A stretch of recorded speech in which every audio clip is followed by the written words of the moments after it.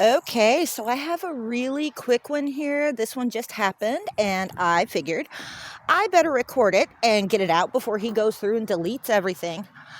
This is Pål Waaktaar-Savoy, and if you don't know who that is one of the members of AHA. It's a guitarist.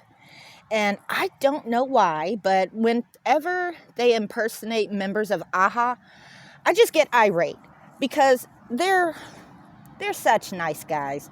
Now, I mean, Morton, as much as I love him, he is a little bit of a snob. But if I looked and sounded that good, I might be a little bit of a snob too. So, way back on November 22nd, I saw the page and I said, "Bro, stop it. Take this down. You are not Paul," spelling his name correctly. He responded, "Why should I fake my identity?" I said, "You're a Nigerian scammer." Paul uses his official account often. "You're a Nigerian scammer hoping to steal money from people. That's why you're faking your identity with this, quote, business chat." And then today, out of nowhere, because I thought that was it, I thought it was done. Out of nowhere, he says, "Do you think so?" So I said, "I know so. Why are you back after a month? No clients?" He says, "Anyways, we don't have to stress ourselves on this. If you're not comfortable with me, you can leave, okay?" So I said, "Okay." I didn't say anything else. Finally, he responds, "So what's your stand?" I said, "I just told you. You're a scammer, and there's no money here. Delete this page and stop trying to scam people. Get off your lazy ass and get a job." So finally, he says, "Okay, I admit." I said, "Good for you. Now delete this page. Delete the page." He says, "Can you please get me a job?" I said, "No, you can find your own job. I know there are jobs there. We've looked. You're just lazy." Here comes the part 2 of the scam, where the celebrity impersonating didn't work. So now it's on to, "But I'm broke. My parents are dead. I have to take care of my siblings and have no money and no job. Please give jobs, send money." I said, "Here, I'll save you the time.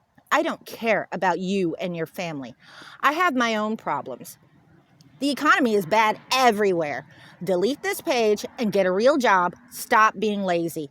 And I don't care about your schooling." God knows you'll say that next.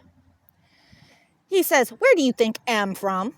I said, "Nigeria, Ghana, or South Africa. It's always one of those countries. They're the only ones dumb enough to try celebrity impersonating. Their English is always awful, and they don't understand accents. At least the Indians put effort and intelligence into their scams. It's still scamming, and they're still total pieces of shit for it. But they put way more intelligence into it. They're smart. I don't bother with them. That's for the Kit Bogas, Pierogies, and Jim Brownings of the world. Not me, a podunk, redneck, jack of all trades from backwoods America." He says, "Do you know?" So I continue on. But in all fairness, the South Africans usually have a much better grasp of the English language because they mostly speak Afrikaans, which is related to Dutch, which is on the same branch of the tree for English. So to "Do you know?" I responded, "Specifically which country? No, and I don't care. You're a scammer. You will get no money from me. I don't care about your sob story that you are cooking in your head." He says, "Where are you chatting from?" So I said, "Saturn Valley and Eagle Land." "But please, go ahead and tell me your sob story. Which one is it? Dead parents and got to take care of your siblings? Or perhaps your mother is sick and on her deathbed and you need money for medical bills? Or perhaps you just need money to finish your studies because you're studying to be an engineer or a doctor." And then in parentheses, "Lol, you? Haha, that's a joke. If you're scamming, you're not smart enough to be either." Like, I was pissed at this guy. Don't impersonate the members of AHA. It's simple. He responds to, "Please go ahead and tell me your sob story." "Why should I?" I said, "Because you probably worked really hard cooking one up to try and guilt trip money out of me, but you would be wasting your time. I just want to insult you." He said, "You said you were not ready to help." I said, "I guess I don't need a sob story to insult you, you trash mammal.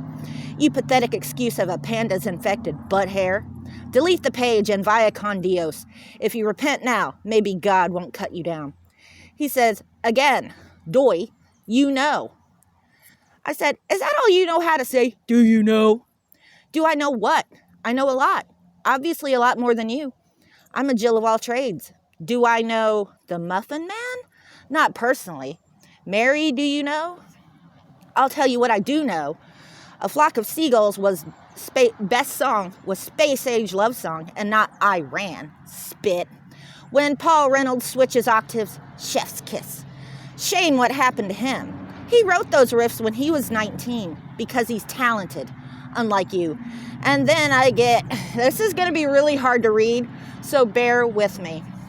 You're a big fool, fuck you, idiot. All you came here to do is to say rubbish, you bastard. Your father is wise, and he gave birth to a big useless thing like you. Ooh, am so sorry for he, and please find a way to improve on your typical errors, because you really need a teacher. Okay, idiot bastard, and you're here telling me about grammar when almost all your typings are edited. Ape, that's what you are.